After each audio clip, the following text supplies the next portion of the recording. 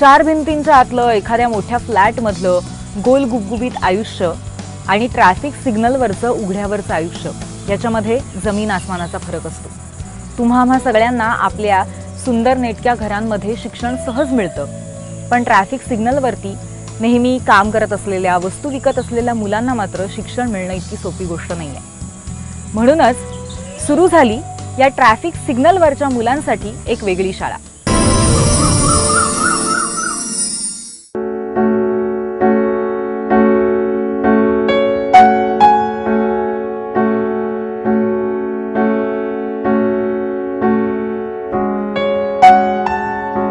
Signal, ज्या रस्त्याला रहदारी जास्त असते त्या ठिकाणी गाड्या थांबण्याचं हे ठिकाण। आपल्या घराजवळ, शहरात किंवा कुठे फिरताना अनेक सिग्नलला आपण थांबतो। असाच ठाण्यातील 3 हात नाका हा सगळ्यात मोठा सिग्नल। दररोज हजारो गाड्या या सिग्नलला थांबतात आणि इथेच वसली आहेत काही कुटुंब। कुठून परप्रांतातून आलेली ही मंडळी नाहीयेत, तर इथलीच आपल्या महाराष्ट्रातली आहेत। अन्न, वस्त्र, निवारा या मूलभूत गरजा पूर्ण करण्यासाठी ही मंडळी अजूनही झगडतात, पण त्यांच्या मुलांनाही यासाठी संघर्ष करायला लागू नये यासाठी पुढे आली आहे समर्थ भारत ही संस्था। ठाणे महानगरपालिका आणि समर्थ भारत या दोघांनी एकत्रित येऊन 3 हात नाक्यावरील मुलांसाठी सुरू केली आहे सिग्नल शाळा।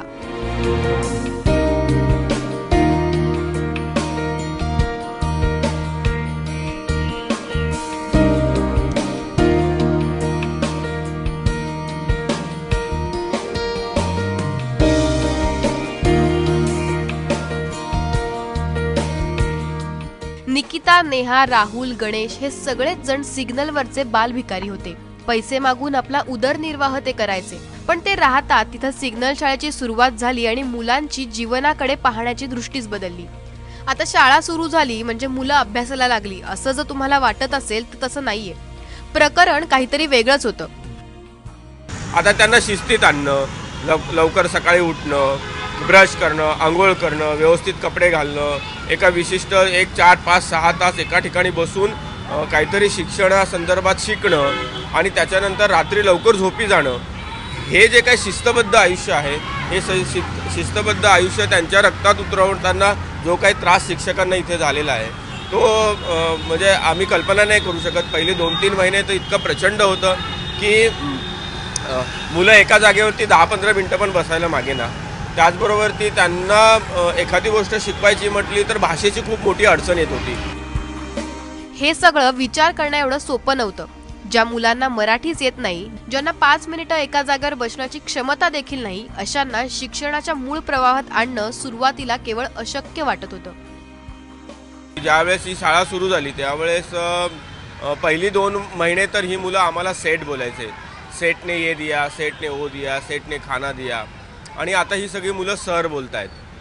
म्हणजे जी काही भरारी जी आहे ना ती सेटपासून ती सरपर्यंतची आहे। ते त्यांच्या बोलीभाषेत म्हणजे त्यांच्या भटक्या विमुक्तांच्या भाषेत बोलायचे आणि आज 20-22 वर्ष ठाण्यात राहिल्यानंतर देखील मराठी ही जी काही आपली भाषा आहे, राज्याची भाषा आहे, ती भाषा देखील त्यांना तितक्याशा चांगल्या प्रमाणात येत नाही आहे ना। त्यांच्या आईवडिलांना येते ना मुलांना येते।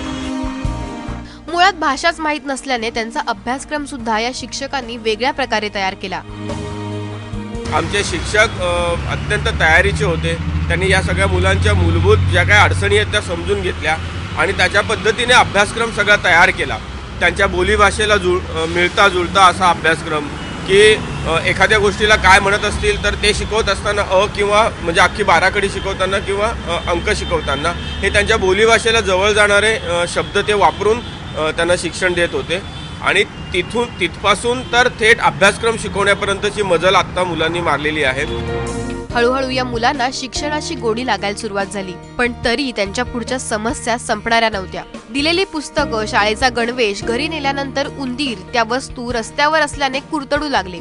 त्यामुळे लॉकरची व्यवस्था इथं करणं गरजेचं झालं। आता इथे प्रत्येक मुलाचे लॉकर आहेत आणि आपल्या वस्तू ही मुलं लॉकरमध्ये ठेवतात।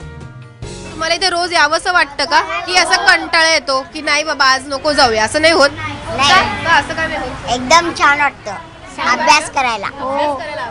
मला एक दिवस आईने सांगितलं होतं मला राहायला, तर एक दिवस मी काढा गेला तर मला कसं तरीच वाटत होतं। फक्त अभ्यासासाठीच ही शाळा नाहीये, तर खेळ, स्वच्छता, शिस्त या सगळ्याच गोष्टी मुलांना या शाळेत शिकवल्या जातात। यासोबत पौष्टिक आहार देखील या चिमुरड्यांना या शाळेत दररोज मिळतो।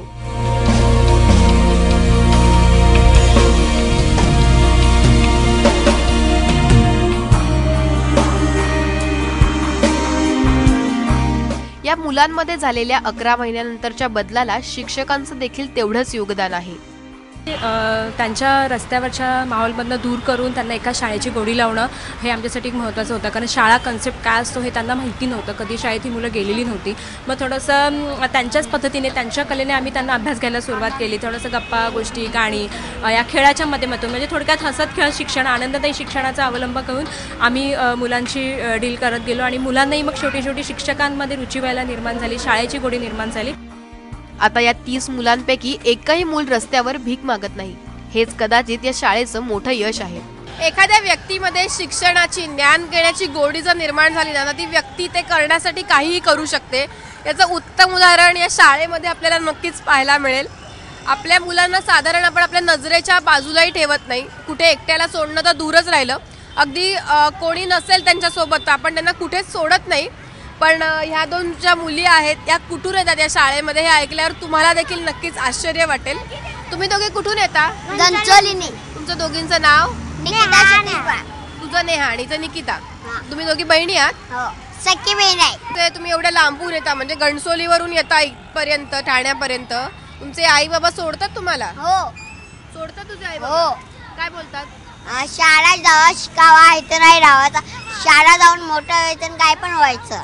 नक्कीच, म्हणजे अगदी शिक्षण घेण्याची गरज जी आहे ती हल्ली सगळ्यांनाच कळाली आहे। तसंच या दोघी जणी आहेत, त्यातले तुम्ही जे ही छोटी नेहा बघत असाल तर हिने जे आहे तो पहिलीचा गणिताचा जो पेपर आहे ना, तो तिने एकटीने स्वतःने बसवून सोडवला आणि तिला त्या गणिताच्या पेपरमध्ये अगदी 20 पैकी 20 मार्क मिळालेले आहेत। त्यामुळे नक्कीच हे जे सगळं शिक्षण आहे ते फक्त वेळ जाण्यासाठी किंवा कुठेतरी मुलांना फक्त खेळायला येण्यासाठीच ते येत नाही आहेत, तर नक्कीच अभ्यासही त्यांना करायचा याच्यासोबतच। त्याचंच एक खूप छान उदाहरण देखील आहे। आधी या मुलांच्या पालकांना आपली मुलं शाळेत जाणार हे मान्य नव्हतं, पण आता त्यांनाही शिक्षणाची गरज समजली आहे। शाळा सुरू होण्याआधी तुम्हाला वाटलं नव्हतं की मुलांना पाठवावं शाळेत? वाटत होतं, पण इथं कुठं जवळ सोय नव्हती, राहायचं हे नव्हतं, त्याच्यामुळं। मग तुम्हाला आवडतंय तुमची मुलं जात आहेत? मुलांना नाही आवडणार, आपली मुलं शिकली तर। ही शाळा फक्त 3 हात नाक्यापुरती मर्यादित राहणार नाहीये, तर ठाण्यातल्या सगळ्या मुलांना अशा शाळेत शिकता येईल याची तयारी सुद्धा सुरू झाली आहे। या सिग्नल शाळेतल्या मुलांचा आपण शाळेतला प्रवास बघितला, त्यांची शिक्षणातली प्रगती आपण बघितलेली आहे, पण जर तुम्ही खरंच बघितलं तर त्यांचं जे या फुटपाथ पासून ते या फुटपाथ पर्यंतचा जो प्रवास आहे ना, तो इतका सोपा नव्हता। दररोज जगण्यासाठी त्यांना संघर्ष करावा लागतो या सगळ्या मुलांना। गजरे विकून म्हणा, कुठलीही वस्तू विकून म्हणा, त्यांना दररोजचे पैसे जमा करावे लागतात, कारण त्यांना मूलभूत सुविधा ज्या आहेत, मूलभूत गरजा ज्या आहेत त्या त्यांना मिळत नाहीत। पाणी असेल, राहायला जागा असेल, शौचालय असेल, या मुळात गरजाच त्यांच्याकडे नाही आहेत। त्या मिळवण्यासाठी त्यांना दररोजचा संघर्ष करावा लागतो। तुम्ही ते पाहिलं तर आपण 30 मुलं बघितली, पण अख्ख्या महाराष्ट्रामध्ये जवळपास 20 लाख मुलं आहेत आणि पूर्ण भारतामध्ये जवळपास 10 कोटी मुलं तुम्हाला अशी मिळतील। तुम्ही जर पाहिलं ना तर ही जी कुटुंब आहेत किंवा ही जी मुलं आहेत ती अचानक एखाद्या वेळेस आलेली नाही आहेत। ह्या मुलं वर्षानुवर्ष इथे राहत आहेत, म्हणजे या मुलं ही 3री पिढी आहे या कुटुंबाची जी इथे राहत आहेत, इथे काम करत आहेत, जगण्याचा संघर्ष करत आहेत। आपण म्हणतो की भारत महासत्ता होणार आहे, त्या वाटेवर आहे, अवकाशात अनेक सॅटेलाईट सोडतोय, अवकाशात भरायला घेतोय, पण असं आहे की ही जी मुलं आहेत, अशी जी मुलं आहेत जी आपल्या भारताचे तारे आहेत, ते अजूनही जमिनीवरच आपल्याला दिसत आहेत। त्यामुळे या ताऱ्यांमध्ये शिक्षणामार्फत बदल करणं खूप गरजेचं आहे। कॅमेरामॅन श्रीकांतसह मी स्वरदा वागुले, ABP माझा, ठाणे।